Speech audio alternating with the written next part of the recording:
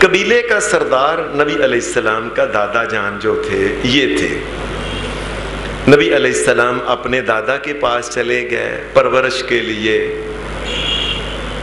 اللہ کا کرنا ایسا ہوا کہ دادا بھی 2 سال کے بعد، جب نبی علیہ السلام کی عمر مبارک صرف 8 سال تھی، دادا بھی فوت ہو گیا۔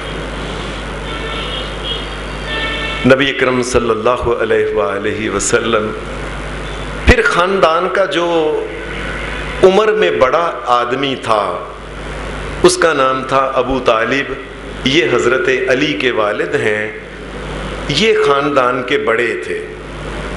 سرداری ان کے ہاتھ میں آئی، حضرت رسول اکرم صلی اللہ علیہ وسلم اس سردار چچا ابو طالب کے پاس چلے گئے۔ اس میں کوئی شک نہیں کہ ابو طالب اپنے قبیلے کے سردار تھے، لیکن ساتھ یہ بات تھی کہ گھر میں غربت بہت زیادہ تھی۔ اس کی وجہ یہ تھی کہ یہ جناب ابو طالب جو تھے، ایک پاؤں ان کا ٹھیک نہیں تھا، یہ لنگڑاتے تھے، کام نہیں کر سکتے تھے، کوئی باغ دوڑ نہیں کر سکتے تھے، یہ بس پیسے دیتے تھے ان آدمیوں کو جو دوسرے ملکوں شام وغیرہ یمن ادھر ادھر جاتے، یہ ان کو پیسے دیتے، وہاں سے وہ عطر کی بڑی بڑی بوتلیں لے کے آتے، یہ ان عطر کی بڑی بڑی بوتلوں کو لے کے چھوٹی چھوٹی شیشیوں میں یہ عطر بھر کے یہ مکے کے اندر بیچا کرتے تھے، یہ ان کا کاروبار تھا بس۔ اللہ کا کرنا ایسا کہ گھر میں غربت تھی، اتنی غربت تھی کہ جو بچے تھے نا اس وقت، وہ بچے کہتے ہیں کہ ہم نے کبھی پیٹ بھر کے روٹی نہیں کھائی تھی، کبھی پیٹ بھر کے روٹی نہیں کھائی۔ اور نبی اکرم صلی اللہ علیہ وسلم بھی اپنے چچا کے پاس آ گئے۔ کہاں جاتے نبی علیہ السلام؟ نبی اکرم صلی اللہ علیہ وسلم چچا کے پاس آئے۔ عربوں کے اندر یہ ایک رواج تھا کہ لوگ اپنے بیٹوں کو یہ کہتے کہ تم جو بڑے بڑے سردار امیر لوگ ہیں، ان امیر لوگوں کی بکریاں، بیڑیں اور ان کے اونٹ کرائے پہ وہ چراتے ہیں، تو اپنے بچوں کو بیچتے تھے کہ تم بھی ان کے اونٹ چراؤ، کچھ نہ کچھ ملے گا، گھر کا گزارا ہوگا۔ جب بھی یہ میں واقعہ پڑھتا ہوں تو دل ثابت یقین کرے نہیں رہتا ہے۔ وہ کسی نے کہا تھا نا کہ 100 چاچا ایک پیو، 100 چاچا مل جائے شاید باپ کی طرح پھر بھی نہیں ہو سکتا۔ یہ محمد الرسول اللہ اتنا معصوم بچہ، 8 سال کی عمر، نبی اکرم صلی اللہ علیہ وسلم اتنا خوبصورت اور نازک بچہ، باپ سر پہ نہیں، ماں نہیں، بہن بھائی نہیں، جناب رسول کریم صلی اللہ علیہ وسلم کو بھی اسی کام پہ لگا دیا گیا۔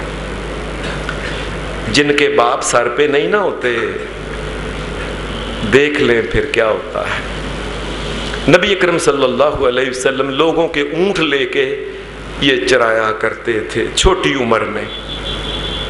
آپ کے اور بھی یار دوست تھے، وہ بھی اونٹ چرایا کرتے تھے، غریبوں کے بچے۔ اور اللہ کا کرنا ایسا ہوا کہ یہ ساری محنت کرنے کے بعد نبی علیہ السلام کو جو ملتا یہ لا کے اپنے چاچا ابو طالب کو دیتے تھے۔ یہ بات سمجھ لیں، بہت سے لوگوں کو پتہ نہیں کہ نبی علیہ السلام کے بارے میں کہتے ہیں یہ چچا نے پالا، چچا نے یہ کیا، چچا نے، اللہ کی قسم محمد الرسول اللہ نے کما کے لا کے چچا کو دیا ہے۔ یہ احسان محمد الرسول اللہ صلی اللہ علیہ وسلم کا ہے۔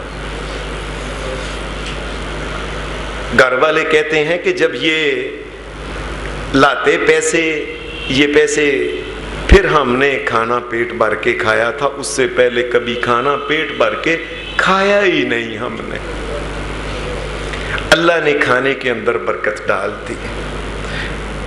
نبی اکرم صلی اللہ علیہ وسلم کو اس بہانے سے نبی علیہ السلام کو اللہ نے مکے کا جو ماحول تھا نا، اس ماحول سے نکال کے باہر پہاڑوں میں نبی علیہ السلام لے جاتے لوگوں کے اونٹ وغیرہ، اور آپ کہا کرتے تھے، امام بخاری رحمۃ اللہ علیہ نے صحیح بخاری کے اندر یہ حدیث نقل کی ہے کہ نبی علیہ السلام کہا کرتے تھے، آپ نے فرمایا ما من نبی الا رعى الغنم، فرمایا جتنے بھی نبی ہوئے ہیں ہر نبی نے بکریاں چرائی ہیں، اور پھر کہا کرتے تھے کنت ارعاها علی قراریط لأہل مکہ، فرمایا میں نے بھی چھوٹے ہوتے مجھے وہ سکے دیتے تھے، قراریط چھوٹے پیسے ہوتے تھے وہ مجھے دیتے تھے، میں بھی چھوٹے ہوتے لوگوں کی بکریاں چرایا کرتا تھا۔ باپ سر پہ نہیں، بچے کا یہ حال ہے۔ ایک دن دوست آپس میں بیٹھے ہوئے تھے، یہ دوست باتیں کر رہے تھے، یہ باہر جو بکریاں چرانے والے تھے، اونٹ چرانے والے، یہ پہاڑوں کے اوپر، یہ دوستوں میں سے کسی دوست نے کہا کہ کل فلاں جگہ ایک شادی تھی، رات کو بڑا مزہ آیا شادی پہ، وہاں شعر و شاعری ہوئی ہے، وہاں رات کو یہ اس دور میں جو ٹول ٹمکا یہ اور ناچ اور یہ اس قسم کی چیزیں جو کچھ وہ عرب کے لوگ کرتے تھے، یہ لہو و لعب جو تھے، یہ آ کے اس نے بتایا۔ کسی دن کسی اور دوست نے بتایا کہ میں نے بھی فلاں جگہ ایک شادی ہے، وہاں بھی یہ شعر و شاعری اس قسم کی بڑے موج، بڑی ساری رات ہی میلہ لگا رہا۔ نبی اکرم صلی اللہ علیہ وسلم فرماتے ہیں کہ میں چھوٹا تھا، میں نے کہا، چھوٹے تھے نبی علیہ السلام، آپ نے کہا کہ نبی اکرم صلی اللہ علیہ وسلم نے اپنے ان دوستوں کو کہا اب کبھی یہ مجلس ہوئی نا تو مجھے بھی بتانا، میں بھی جا کے دیکھوں کہ کس طرح رونق لگتی ہے، کس طرح یہ بیاہ شادیاں ہوتی ہیں، شعر و شاعری جو کچھ وہاں یہ ہوتی ہے، مجھے بھی آپ کہیں۔ ایک دوست نے آ کے نبی علیہ السلام کو بتایا کہ فلاں جگہ پہ ایک شادی ہے، آج وہ شادی ہونی ہے۔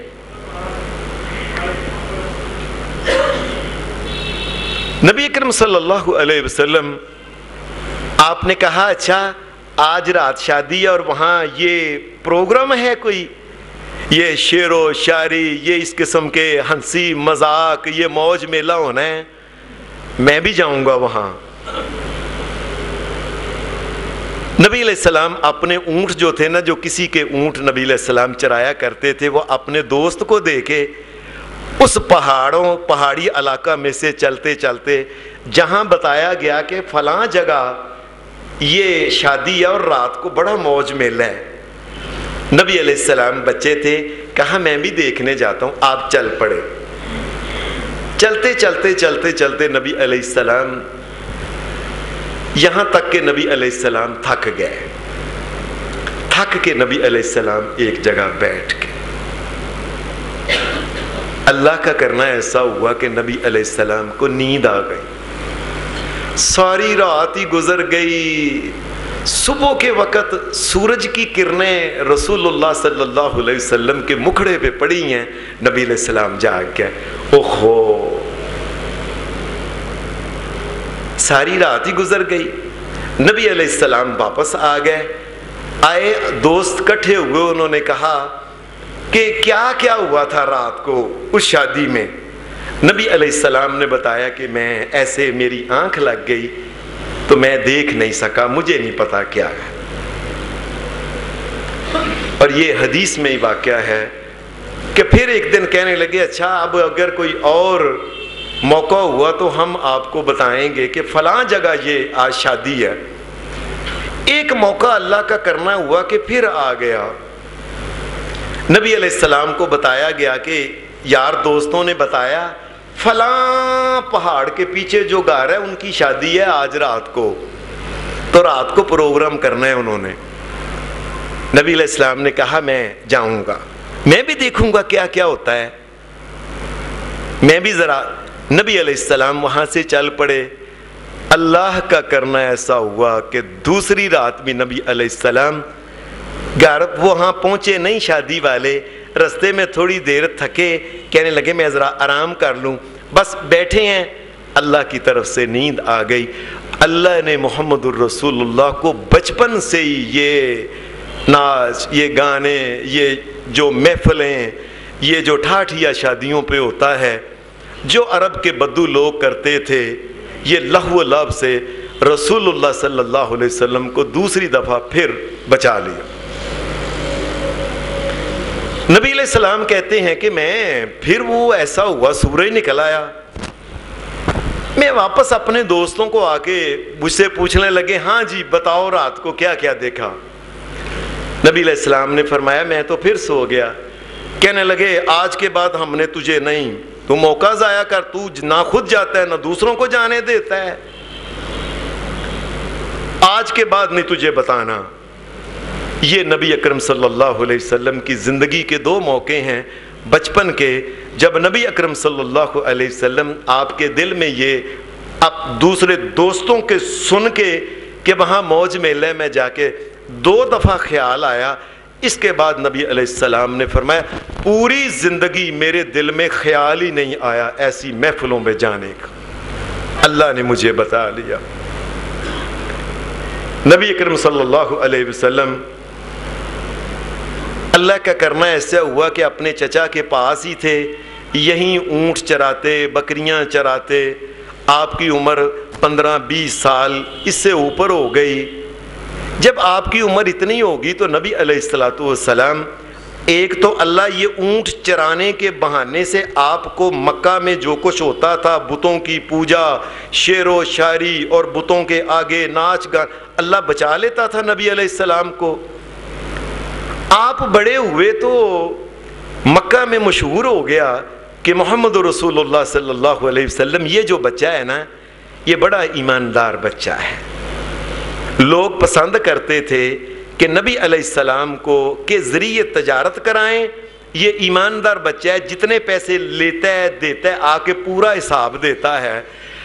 حضرت خدیجہ رضی اللہ تعالی عنہا یہ بیوہ تھیں، ان کے پاس بڑا مال تھا اور لوگ لے کے جاتے تھے ان کا مال یہ شام، یمن وغیرہ ان علاقوں میں۔ کسی نے بتایا کہ وہ بچہ جس کا نام ہے محمد صلی اللہ علیہ وسلم بڑا ایماندار بچہ ہے، آپ اس نوجوان کو بھیجیں۔ اللہ کا کرنا ایسا ہوا نبی علیہ السلام گئے، واپس آئے، خدیجہ نے کسی اور سے پوچھا کہ اس کا لین دین کیسا؟ اس نے کہا میں نے پہلی دفعہ اتنا کھرا انسان دیکھا ہے، اتنا سچا بندہ ہے، یہ کبھی نہیں مال بیچنے کے لیے جھوٹ بولتا، کبھی نہیں کم تولتا، کبھی بے مقصد بات نہیں کرتا، کمال کا سچا انسان ہے محمد الرسول اللہ صلی اللہ علیہ وسلم۔ حضرت خدیجہ جو تھیں اللہ کا کرنا ایسا ہوا ان کے ساتھ نبی علیہ السلام کی شادی ہو گئی۔ شادی ہونے کے بعد نبی علیہ السلام جو تھے یہ اپنے گھر میں واپس آ گئے۔ اب یہ چونکہ نبی علیہ السلام کی بیوی حضرت خدیجہ یہ بہت بڑی تاجرہ تھی، ان کا بہت مال تھا، صاحب مال تھیں۔ اب نبی علیہ السلام کو اللہ تبارک و تعالیٰ نے یہ مال کی پریشانی سے آزاد کر دیا۔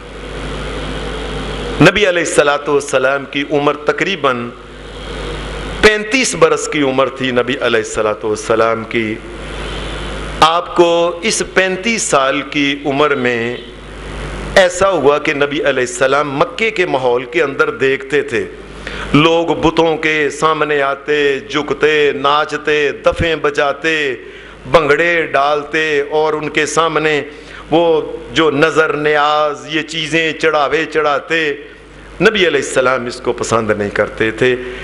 اور رات کے ٹائم پھر یہ بات امام بخاری نے نقل کی، امام بخاری نے، کہ رات کے وقت پھر لوگ طواف کرتے تھے اللہ کے گھر کا، وہ مشرک لوگ عورتیں اور مرد سارا لباس ایک داغا بھی نہیں ہوتا، ننگا لباس کر وہ طواف کر.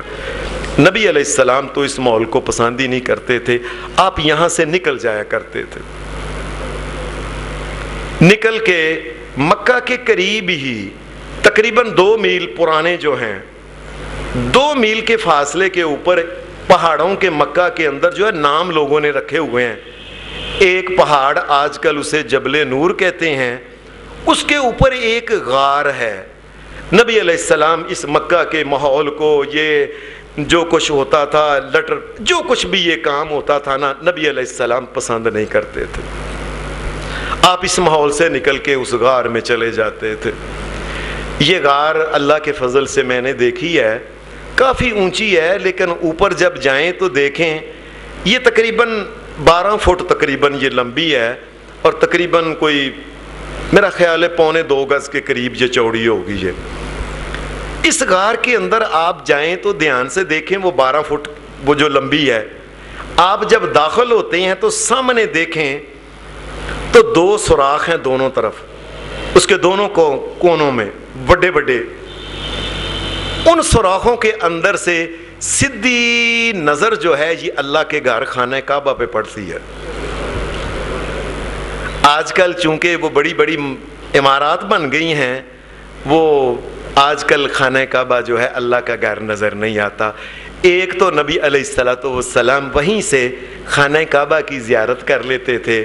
نبی علیہ السلام وہیں 8 دن کے لیے ستو لے جاتے، پانی لے جاتے.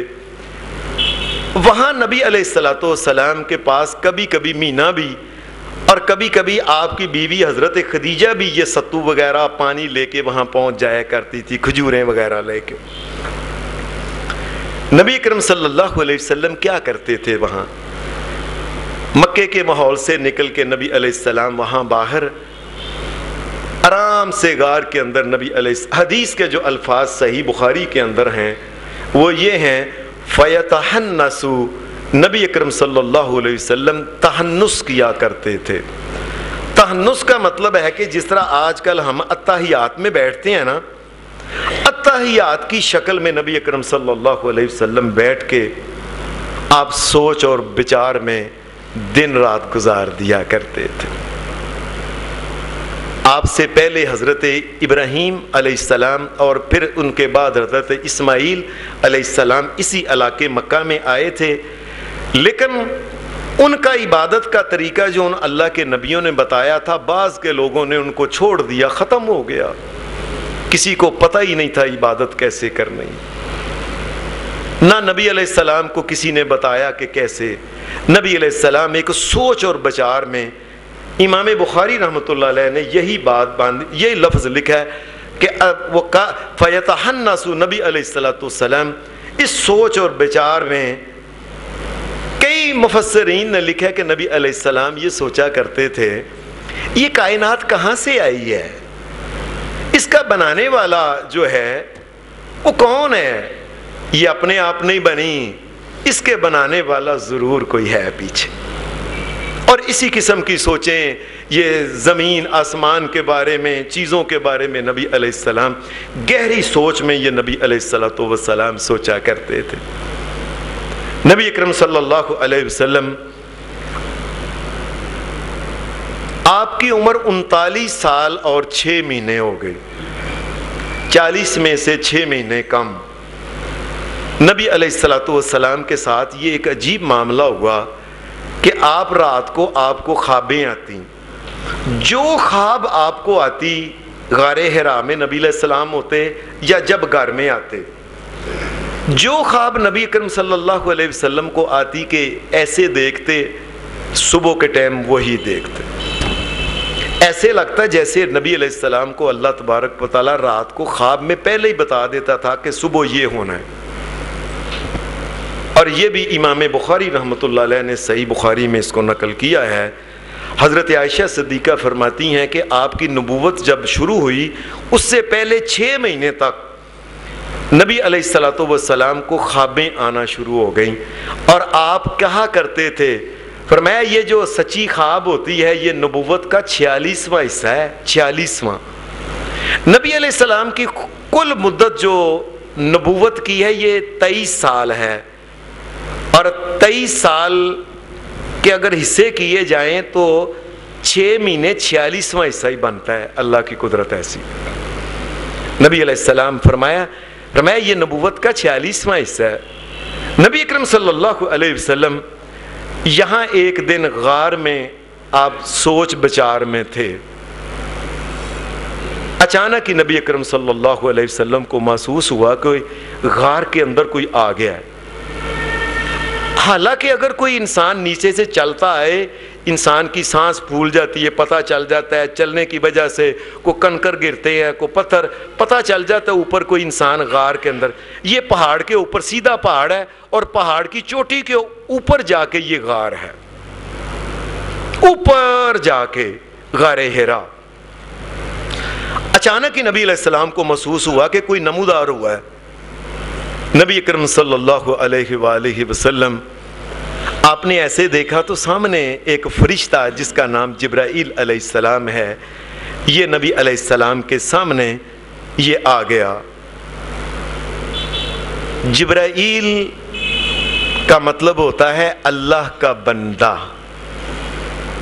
جبر کا مطلب ہوتا ہے عبرانی زبان میں عبد، اور ایل کا مطلب ہوتا ہے اللہ. یہ عبداللہ اس کا مطلب ہوتا ہے جبرائیل کا، یاد رکھیں. اور میکائیل کا مطلب ہوتا ہے اللہ کی مثل کوئی نہیں ہو سکتا. یہ نام میکائیل علیہ السلام کا ہے. عزرائیل کا مطلب ہوتا ہے کہ مدد اگر کسی نے کرنی ہے تو وہ صرف اللہ کی ذات ہے. دانیئیل کا مطلب ہوتا ہے سب سے بڑا منصف، انصاف اور عدل کرنے والا وہ اللہ کی ذات ہے. یہ جبرائیل علیہ السلام نبی اکرم صلی اللہ علیہ وسلم کے سامنے تھے. نبی علیہ الصلوۃ والسلام کھڑے ہو گئے دیکھ کے کہ یہ بندہ کون، کہاں سے آ گیا. اس نے نبی علیہ الصلوۃ والسلام کو یہی کہا، یہ جو میں نے آپ کے سامنے آیتیں پڑھی ہیں، اقرأ بسم ربک الذی خلق خلق الانسان من علق اقرأ وربک الاکرم الذی علم بالقلم علم الانسان ما لم یعلم. آپ نے شروع کیا نا کہ اقرأ، یہ جبرائیل نے کہا پڑھو اے محمد الرسول اللہ. نبی صلی اللہ علیہ وسلم نے فرمایا میں تو پڑھا ہی لکھا ہی نہیں. اللہ کی قدرت ہے، پوری انسانیت میں نبی علیہ السلام کسی کے شاگرد نہیں ہے. شاگرد بیٹھے ہی نہیں کسی انسان کے. جب سکھایا ہے 40 برس کے بعد ڈائریکٹ اللہ نے سکھایا ہے. نبی علیہ الصلوۃ والسلام کا استاد اصل میں اللہ کی ذات ہے. بھائی میں تو کبھی کسی سے پڑھا ہی نہیں، مجھے تو پتہ ہی نہیں پڑھائی لکھائی کیا ہوتی ہے.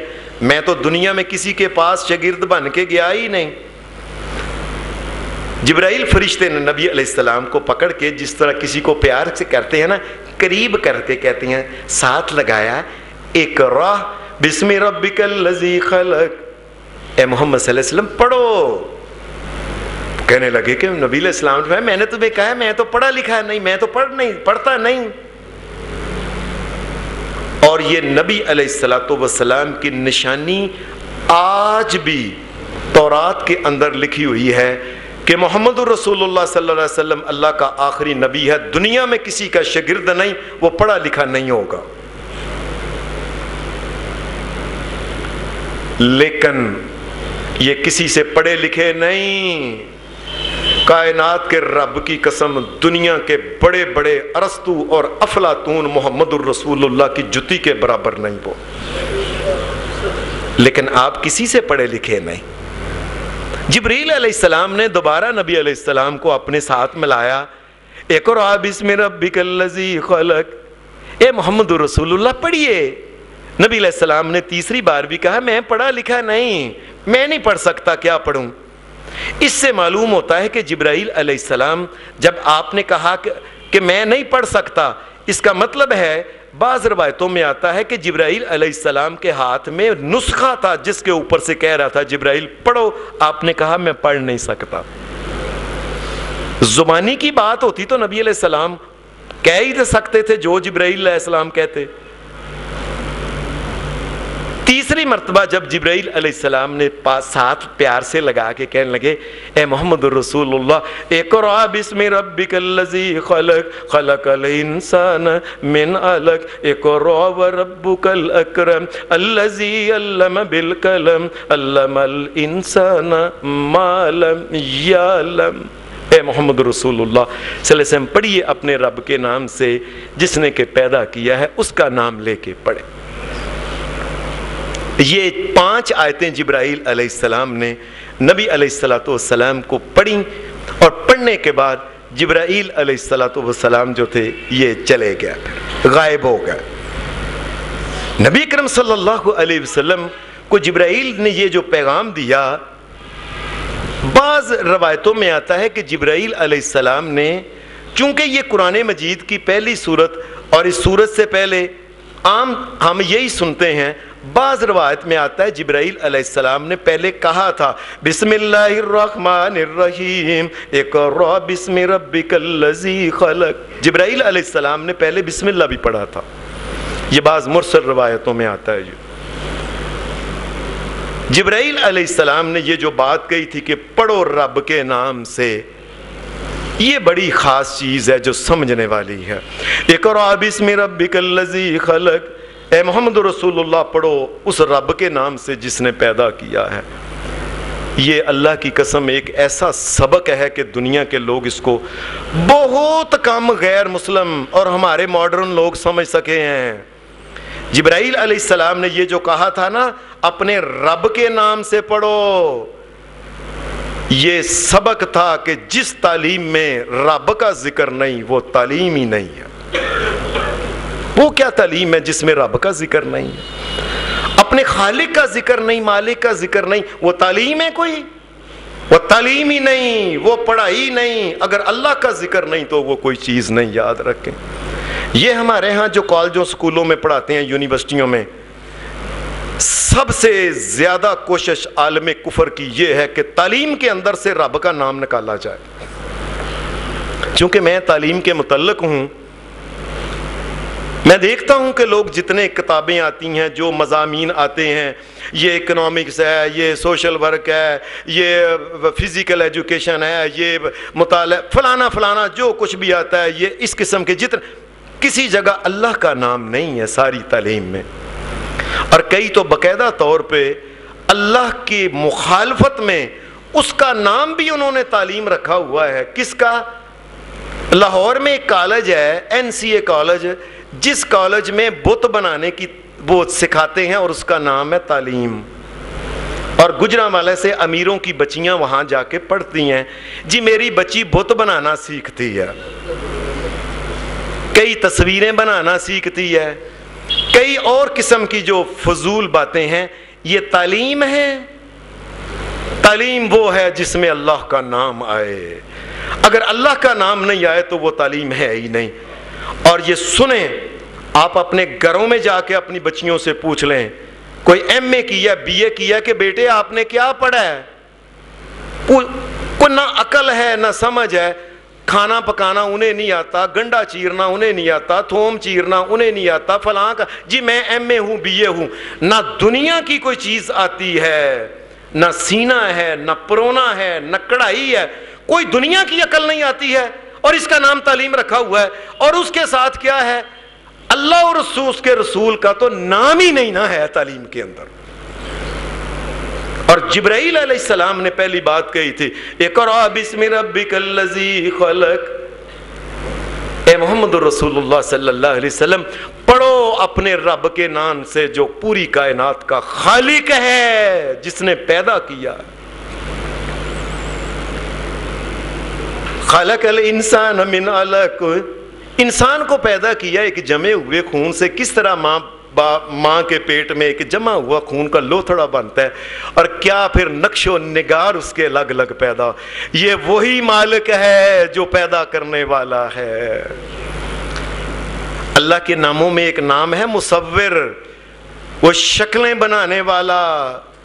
اور دنیا میں لوگ لکڑی کے بت کے اوپر چیزوں کے اوپر بناتے ہیں، اینٹ گارے پتھر کے اوپر تصویریں بناتے ہیں، اور پوری کائنات میں کوئی ایسا نہیں مصور جو پانی کے اوپر تصویر بناتا ہو اور انسان بن جاتا ہو.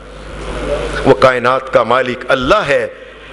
کس طریقے سے ماں کے پیٹ کے اندر الگ الگ دل بنانے کی الگ مشینیں لگی ہوئی ہیں, گردوں بنانے کی الگ مشینیں, سٹومک بنانے کی الگ ہیں, آنکھیں بنانے کی الگ مشینیں, ہڈیاں بنانے کی الگ مشینیں لگی. یہ تمام یہ کون کر رہا ہے؟ اس کائنات کا ایک مالک اور خالق کر رہا ہے.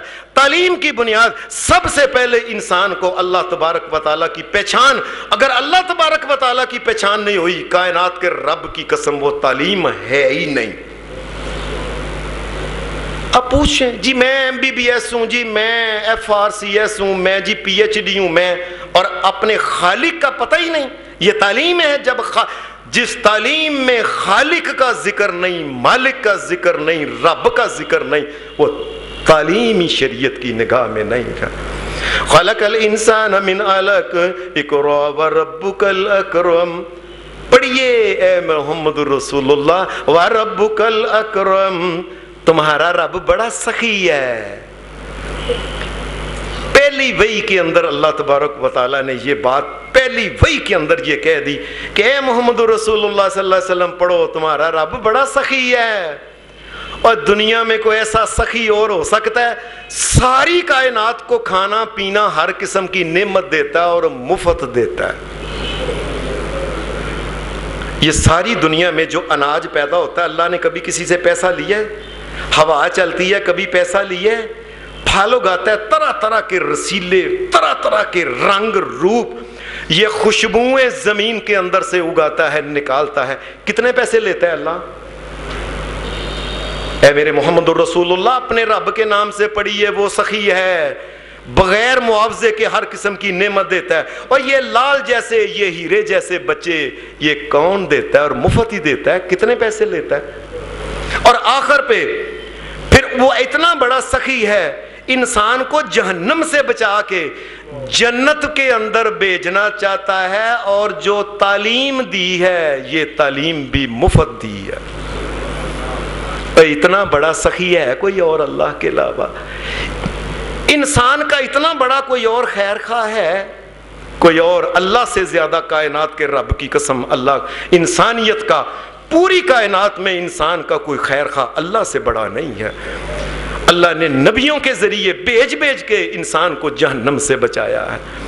انسان کو عقل, شعور, انسان کو شرم, حیا, ایمانداری, عقل, شرافت, یہ ہر چیز دنیا میں مفت سکھائی ہے. وہ ہے سخی اصل میں. دنیا میں آپ کسی سے 2 لفظ پڑھ لیں, وہ کہتا ہے ٹیوشن کتنی دیں گے. یہ لوگ پیسے لیتے ہیں. کائنات کا مالک بغیر پیسے کے چیز ہر قسم کی نعمت دیتا ہے. اور قیامت کے دن جب جنت بھی دے گا تو یہ بھی مفت میں دے گا. یہ بات یاد رکھ لیں. کسی سے 1 ٹکا 1 ٹیڑی پیسہ بھی اللہ تبارک و تعالیٰ قیامت کے دن نہیں لے گا. وہ انسان جنہوں نے دنیا میں اللہ کی بات مان کے زندگی گزاری ہوگی, مفت کے اندر ان کو جنت عطا کرے گا. اقرأ وربک الاکرم الذی علم بالقلم. اور اللہ تبارک و تعالیٰ نے انسانوں کو پھر قلم کے ذریعے, یہ بچوں کو, بڑوں کو یہ علم سکھایا. اے انسانوں علم سیکھو. علم الانسان ما لم یعلم. انسانوں تمہیں جو کچھ سکھایا ہے, تم اپنے ماؤں کے پیٹوں سے دنیا میں آتے ہو, تمہیں ایک الف کا بھی پتہ نہیں ہوتا, یہ میں نے تمہیں سکھایا ہے. یہ بات سمجھ لیں ذرا. ساری دنیا میں جس قدر جو بھی ترقی ہوئی ہے کائنات کے رب کی قسم, یہ اللہ نے انسان کے ذہن کے اندر ڈال کے اللہ نے اس کے طریقے بتائے ہیں. یہ تب انسان نے یہ سب کچھ کیا ہے. یہ مکان بنانے کا طریقہ, جوتی بنا, کوئی بھی ہے, ہر قسم کی جو معرفت ہے اور علم ہے, یہ میرے رب نے سب کچھ سکھایا ہے. آدم علیہ السلام جب زمین پہ آئے تھے تو ان کو تو پتہ ہی نہیں تھا کسی چیز کا. ان کو جوتی بنانا, ان کو کپڑا بنانا, ان کو فصل بونا, ان کو کوئی بھی کام تھا, یہ اللہ تبارک و تعالیٰ فرمایا یہ تمہارے رب نے تمہیں سکھایا ہے, تمہیں کسی چیز کا پتہ نہیں تھا. یہ سب کچھ سکھا رہا ہے اور مفت کے اندر سکھا رہا ہے. چھوٹا بچہ دنیا میں ماں کے پیٹ سے باہر آتا ہے, آتے ہی دودھ پینا شروع کر دیتا ہے, اور کون سکھاتا ہے اسے دودھ پینا؟ یہ سب میرے رب رحمان اور سخی. اقرأ وربک الاکرم الذی علم بالقلم علم الانسان ما لم یعلم. انسانوں تم کچھ نہیں جانتے تھے، یہ سب کچھ تمہارے سخی رب نے تمہیں سارے کا سارا علم عطا فرمایا. نبی اکرم صلی اللہ علیہ وسلم یہ بات سن کے نا جبرائیل چلے گئے. آپ بڑا کانپ رہے تھے، دل تک تک کر رہا تھا. گھر میں آئے، اپنی بیوی حضرت خدیجہ کو کہنے لگے کہ یہ میرے ساتھ معاملہ ہوا ہے. خدیجہ لقد خشیت علی نفسی، مجھے تو اپنی جان کا خطرہ پڑ گیا، یہ کیا ہے؟ ایسے آیا فرشتہ، ایسے آیا غائب ہو کے چلا گیا، مجھے تو پریشانی لگ گئی. وہ کہنے لگی ابشر اے محمد صلی اللہ علیہ وسلم پریشان نہ ہوں، آپ تو بندے ایسے ہیں. انک لتصل الرحم وتحمل الکل. اے محمد الرسول اللہ، آپ لوگوں کے ساتھ بڑا اچھا سلوک کرتے ہو، آپ غریبوں کے لیے اور کمائی کما کے غریبوں کو تم دے آتے ہو. اے میرے نبی، کہنے لگے اے میرے محمد صلی اللہ علیہ وسلم، جس کا کوئی کمانے والا نہیں ہوتا آپ محنت مزدوری کر کے اس کو گھر میں دے آتے ہو، سچی بات کرنے والے ہو. لوگوں کے آپ جیسے انسان کو اللہ ذلیل کبھی نہیں کرے گا. پریشان نہ ہو. آج بھی دنیا میں یہ بات سن لیں، جو انسان دنیا میں لوگوں کے کام آئے اللہ تبارک و تعالیٰ اس کو دنیا میں ذلیل کبھی نہیں کرے گا. اور وہ کام اگر اللہ کے لیے کرے تو قیامت کے دن بھی اللہ تبارک و تعالیٰ اسے ذلیل نہیں کرے گا. کہنے لگی پریشان نہ ہو. نبی علیہ السلام آئے، کہنے لگے مجھے کمبل دو. ذرا آرام ہوا تو بتایا کہ یہ ہوا ہے. پریشان نبی علیہ السلام کو پکڑ کے اپنے چچا کے، ان کے چچا کا بیٹا تھا ورقہ بن نوفل، حضرت خدیجہ کے چچا کا بیٹا، ان کے پاس لے گئی. اس نے ایسے کہا یہ تمہارے ساتھ ہوا ہے اے محمد صلی اللہ علیہ وسلم، فرشتہ آیا ہے اور اس نے یہ پیغام دیا ہے. اس نے کہا مبارک ہو، آپ اس امت کے لیے اللہ کے نبی چن لیے گئے ہیں. سب سے پہلے جس نے نبوت کی تصدیق کی تھی وہ حضرت ورقہ بن نوفل تھے. یاد رکھیں، اس بات کو سمجھ لیں، اکثر لوگوں کو پتہ نہیں. اور پھر ساتھ اس نے کہا وہ اس نے آ کے اس طریقے سے آیا اور ایسے چلا گیا. ہاں کہ پریشان نہ ہو، موسیٰ علیہ السلام کے پاس بھی آتا تھا ایسے ہی یہ فرشتہ جبرائیل، اور ایسے ہی چلا جاتا تھا. کہنے لگا ایک بات ہے اے محمد صلی اللہ علیہ وسلم، آپ کی قوم نے آپ کو آپ کے شہر سے نکال دینا ہے. نبی صلی اللہ علیہ وسلم پریشان ہو گئے کہ مجھے تو صادق اور امین کہتے ہیں، میرے ساتھ تو اتنا پیار کرتے ہیں. آپ نے سوال کیا اوا مخرجیہ ہم، مجھ کو نکال دیں گے؟ نے کہا نکال دیں گے. اے محمد الرسول اللہ صلی اللہ علیہ وسلم، جو سچ کی بات کرتا ہے لوگ اسے کب پسند کرتے ہیں؟ آج بھی آپ دنیا میں سچ اور حق کی بات کر کے دیکھ لیں، لوگ کہتے ہیں باہر نکل برادری چوں، ایڈا تو سچا. گھر سے مائیں نکال دیتی ہیں، اتنا تو سچا. اے محمد صلی اللہ علیہ وسلم، آپ چونکہ اللہ کے سچے نبی ہیں، انہوں نے آپ کو نکال دینا ہے. نبی اکرم صلی اللہ علیہ وسلم کو پھر کہنے لگا کہ اے محمد صلی اللہ علیہ وسلم، یہ اس وقت یہ جو تھا نا ورقہ بن نوفل، یہ 90 سال سے زیادہ عمر تھی اور یہ نبینا ہو گیا تھا. اس کے یہ جو بمیں تھی نا بربٹے، یہ اس کی آنکھوں کے اوپر آ پڑے، ایسے نبینا تھا اور یہ نبی علیہ السلام کو باتیں کر رہا تھا. یہ بہت بڑا عیسائی تھا، عیسائی ہو گیا تھا، اور یہ عالم تھا بہت بڑا پرانی تورات کا. اس نے کہا تورات کے مطابق آپ اللہ کے نبی ہو. نبی اکرم صلی اللہ علیہ وسلم کے ساتھ باتیں ہو رہی، حضرت خدیجہ سن رہی، اور اس نے کہا اے محمد صلی اللہ علیہ وسلم، آپ اللہ کے نبی ہو، کاش میں جوان ہوتا، میں آپ کے ساتھ کھڑا ہوتا. انصرک نصرا معزرا، صحیح بخاری کے لفظ ہیں. اے محمد صلی اللہ علیہ وسلم، میں آپ کا پکا ساتھ دیتا، کاش میں جوان ہوتا، میرے اعضاء ٹھیک ہوتے. سب سے پہلے اس نے کہا آپ اللہ کے رسول ہو.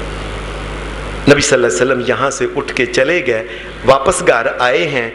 2-4 دن گزرے ہیں، وہ ورقہ بن نوفل فوت ہو گیا، جس نے سب سے پہلے کہا تھا کہ آپ اللہ کے نبی. نبی صلی اللہ علیہ وسلم آپ کہا کرتے تھے، فرمایا وہ جو ورقہ بن نوفل ہے نا، کوئی اس کو برا نہ کہے، کیوں نہ کہے؟ فرمایا ورقہ بن نوفل جو ہے، میں نے خود، اللہ نے جب مجھ کو اوپر کی سیر کرائی، میں نے ورقہ بن نوفل کے لیے، عام طور پہ لوگ مانگتے ہیں یا اللہ جنت دے جنت دے، میں نے ورقہ بن نوفل کے لیے ایک جنت نہیں 2 جنتیں دیکھی ہیں اوپر۔ فرمایا 1 یا 2 جنتیں میں نے ورقہ بن نوفل کے لیے دیکھی، کیونکہ سب سے پہلے محمد رسول اللہ کو اس نے کہا کہ آپ اللہ کے نبی، یہ پہلی وحی تھی، یہ قرآن مجید کی اترنے والی تو پہلی صورت ہے، لیکن اس وقت قرآن مجید میں یہ 96 نمبر پہ، یہ 30ویں، اس کو اصولاً قرآن مجید کے شروع میں ہونا چاہیے تھا، لیکن نہیں، قرآن مجید کی جو ترتیب ہے یہ اللہ تبارک و تعالیٰ کے حکم سے، اللہ کے رسول صلی اللہ علیہ وسلم کو اللہ نے جس طرح بتایا کہ اس صورت کو اس جگہ رکھنا ہے، اس جگہ رکھنا ہے، اس جگہ رکھنا ہے، نبی اکرم صلی اللہ علیہ وسلم نے امت کو بتا کے اس جگہ، یہ اللہ کے حکم سے یہ 96 نمبر کے اوپر قرآن مجید میں اس کو رکھا گیا ہے۔ اللہ نبی اکرم صلی اللہ علیہ وسلم کی ذات کے اوپر رحمتیں فرمائے، اللہ حضرت ورقہ بن نوفل کی قبر کے اوپر بھی رحمتیں فرمائے، اور اللہ ہمیں نبی علیہ السلام سے پیار اور محبت کرنے کی توفیق عطا فرمائے، آپ کی نبوت کو ماننے کی توفیق عطا فرمائے، عملاً وآخر دعوانا الحمدللہ رب العالمین۔